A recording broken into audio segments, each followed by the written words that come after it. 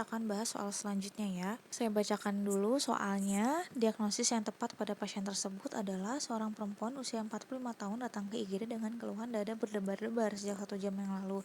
Tekanan darah 90/60, nadi 110, respirasi 23, suhu afebris, pemeriksaan auskultasi jantung, dapatkan murmur diastolik di ICS 4 parasternal kiri. Pilihan yang A, regurgitasi aorta, B, stenosis trikuspid, C, stenosis mitral, D, regurgitasi trikuspid.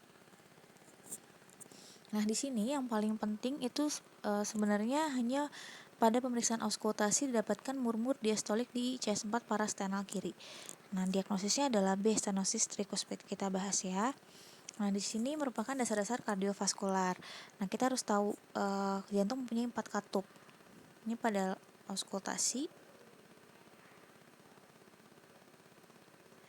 Nah, kita harus tahu letak-letaknya di mana. Untuk aorta itu di ICS 2 kanan, pulmonal ICS 2 kiri, mitral di apex cordis, dan trikuspid di ICS 4 linea parasternal kiri.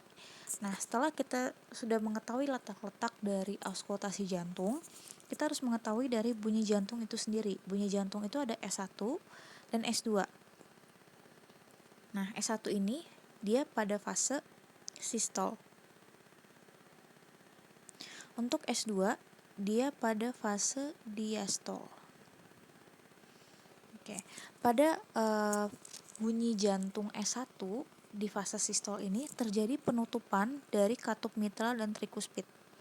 Ingat ya, katup mitral dan trikuspid dia ini selalu bareng.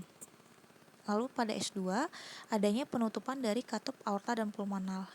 Ini tuh selalu berpasangan, mitral dan trikuspid berpasangan, aorta pulmonal berpasangan. Sebelum kita tahu nih kapan dia regurgitasi, kapan dia stenosis, kita harus tahu definisinya. Kita harus tahu definisinya itu sendiri. Untuk regurgitasi itu definisinya katup jantung yang harusnya menutup dia malah membuka. Untuk stenosis, katup yang harusnya membuka dia malah menutup atau katupnya itu jadi kaku. Nah, di sini kata kunci cepatnya itu yang pertama ada MISAS dan MSAID. Saya ulang ya, MISAS dan MSAID.